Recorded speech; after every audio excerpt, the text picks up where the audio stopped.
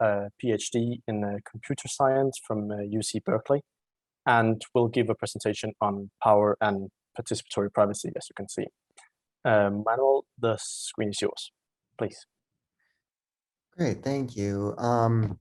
So yeah, I didn't know I was going to be in the math layer until I saw the schedule. So there won't be much math or any math in this. And if you look at the schedule, the title is actually Power and Participatory Hurdles and has this little after the colon part. And that's because I didn't get my abstract in time. But my talk is based on something I was writing for the machine learning community. They've been trying to start foraying into participatory approaches. I won't have time to talk about this part. But what I want to spend my time on is this, and it won't be new work. I'm just trying to center a lens for privacy. And what lens is that? Oops, I'm going to start with this quote by Bell Hooks here, which says, in our culture, privacy is often confused with secrecy. Open, honest, truth-telling individuals value privacy. We all need spaces where we can be alone with thoughts and feelings, where we can experience healthy psychological autonomy and can choose to share when we want to. Keeping secrets is usually about power, about hiding and concealing information. And I think many of us have a sense that privacy is distinct from secrecy in a pretty blurry way. And we know that that's because privacy is an essentially contested topic. It is a normative, right? It's culturally dependent and context dependent.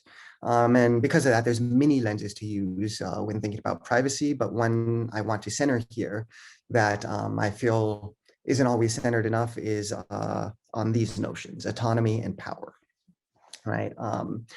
And to start talking about that, I'll kind of go through the machine learning aspect I was originally writing on before kind of translating it to privacy here. And Ria Kaluri gave a talk a couple of years ago at NeurIPS called The Values of Machine Learning. It's amazing. I suggest watching it.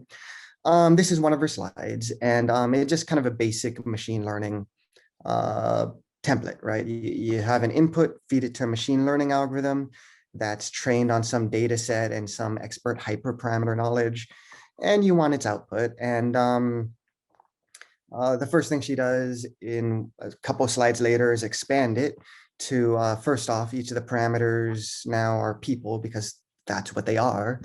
And there's some more words here because it's a few slides later for her. But the point she wants to make here is that the vast majority of machine learning research seems to be focused on over here, right? Where we're concerned of getting the best accuracy and efficiency we can for the decision maker and getting the best hyperparameters. And a large amount of machine learning literature is from the perspective of the experts and decision makers and not on the people who will be most impacted by it and whose data is being used for it. Kind of, so a very kind of Langdon and kind of the point of her talk is that it's hard to answer questions like, does machine learning model do good, a social good in the world? And a clarifying lens is to ask how the machine learning model is shifting power. So a very kind of Langdon winner, do artifacts have politics lens on this. And, with the goal of, shifting power back to those that are most impacted by these algorithms and whose data is being used for these algorithms, the people behind that. And looking at this picture, we may already seem like, oh, great. One way to actually care about the people behind the data source and input source is through privacy. So maybe we're all in the clear already. We, by focusing on privacy, are doing our jobs of thinking about the most impacted, right? So that, privacy is all about users to begin with, right? So maybe we're already doing a good. I think the lens of power and autonomy can get us to ask more questions beyond just that, we're caring about users' data, but did the users consent to their data being used? And, maybe there's a checkbox that says, you've read this thing, this mini many pages or paragraphs, consent to your data being used, but when you can't really opt out. So, we're familiar with these sorts of questions. Would their users really be comfortable if they know what their data was being used for and who had eyes on it? And most importantly, kind of, did they have any say in defining what privacy meant to them? So I think even if we're focusing on the users, are we really caring about their autonomy and power? And one lens that has been dominant in for a dominant paradigm for a while is kind of a data protection and cryptography lens, namely secrecy. And I think it's pretty clear that this notion of secrecy doesn't really address any of these questions. Right. We may be keeping users' data secret, but did they want us to have it in the first place, even if we are keeping it secret? And there's an alternate paradigm, right? Or a complementary one. Helen Nissenbaum's contextual integrity, I think she'll talk about it tomorrow a bit. And it's a very neat framework that delineates kind of where the mathematical specifications of secrecy and security are, and where the normative value judgments of privacy need to be. And this is a vast oversimplification, but it kind of acknowledges privacy as culturally specific and context dependent, and formalizes that conversation between formal language and natural language so that the normative decisions that need to be made can be made. And it's non-prescriptivist in that. It kind of leaves those normative issues to be decided contextually. But my question of, this seems to be much more real world, but with kind of what I've been hearing Adrian saying of actual world, who gets to make these normative decisions when we actually put a contextual integrity framework in the wild? Who makes those decisions? And this is the machine learning picture again. So like, this is a machine learning system, and information systems can be very different than this in general. But I think in general, we would still see that it's still mostly these folks making the decisions, the normative decisions of what privacy means. And I think the lens of power tells a lot here. And I think it's important to think, how can we make those decisions happen over on this side here? And not only does that shift power, but I view privacy as being a facet of autonomy, right? Being able to decide what information you share and how you share it. And with that lens, then not having the people on this side be able to participate in deciding what privacy means doesn't allow for that autonomy. And so for me, can't allow for privacy, fundamentally doesn't. So I think this is why looking at privacy through a lens of power and autonomy is powerful. So participatory privacy, kind of, I'm saying that I think people are the best experts on if their own privacy has been violated. I think in lots of machine learning cases, when you talk about participatory systems, sometimes there's some pushback of like, but once you want the experts deciding, they know best. And I would push back against that in general often, but especially for privacy. A privacy expert may know the best way to implement a privacy system, or kind of the protocols that can allow for it.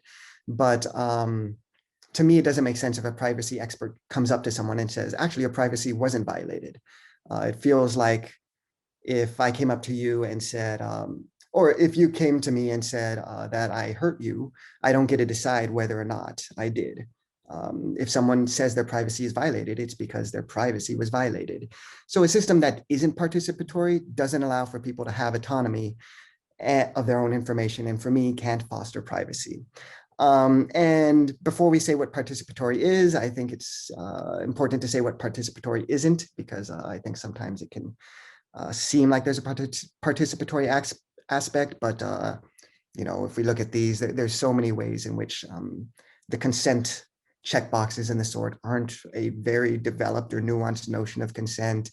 And kind of like Mike was saying earlier, in law and in many of these kind of socio-technical systems, you have principles because you're dealing with normative aspects. You can't, it's not that it wouldn't be nice if you could quantify them or have math formalize them.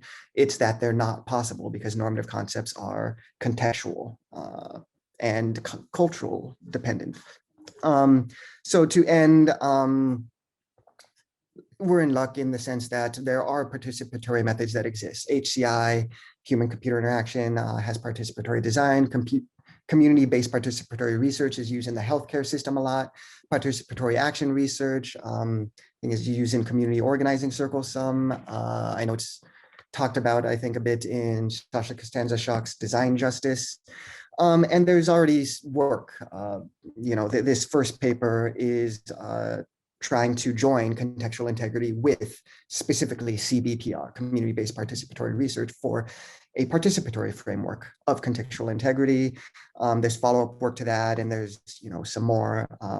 There's just kind of a handful of work in this paper, but I think a notion of privacy needs this, and I'm going to kind of end on a big claim that a system that isn't participatory isn't private. Kind of for me, how can it be? If part of privacy is autonomy, which is the lens I'm using here, having autonomy of your own information, then defining privacy in a way that isn't co-created of those whose privacy could be violated doesn't allow for autonomy, and so can't be private. And I think this really goes to kind of Dennis's comments earlier as well of, we can design a system that even in a nice contextual integrity framework, we make all the normative decisions and all that deliberation to say, okay, we have a system that is cryptographically secure and private. And then you implement it, and your government turns off your internet when you organize. In the actual world, it's hard to call that private. And I think, and I think having a participatory system really recenters the lens back onto what privacy is about: autonomy and power, and having other folks, usually in positions of power already, decide those normative deliberations doesn't work. So I just kind of want to end on centering that lens and saying that that a participatory framework, I think, is kind of essential. Having a participatory methodology towards something like contextual integrity is essential to having a more actual world notion of privacy. And I'll just end on this pretty hefty claim here. Thanks. Thank you very much for this excellent presentation, Manuel. I'm sure that those reflections on participation and power will be brought up on the discussion afterwards. And I just want to note that I'm sure this is not new for many folks, but just wanted to center it. Thanks. Thank you.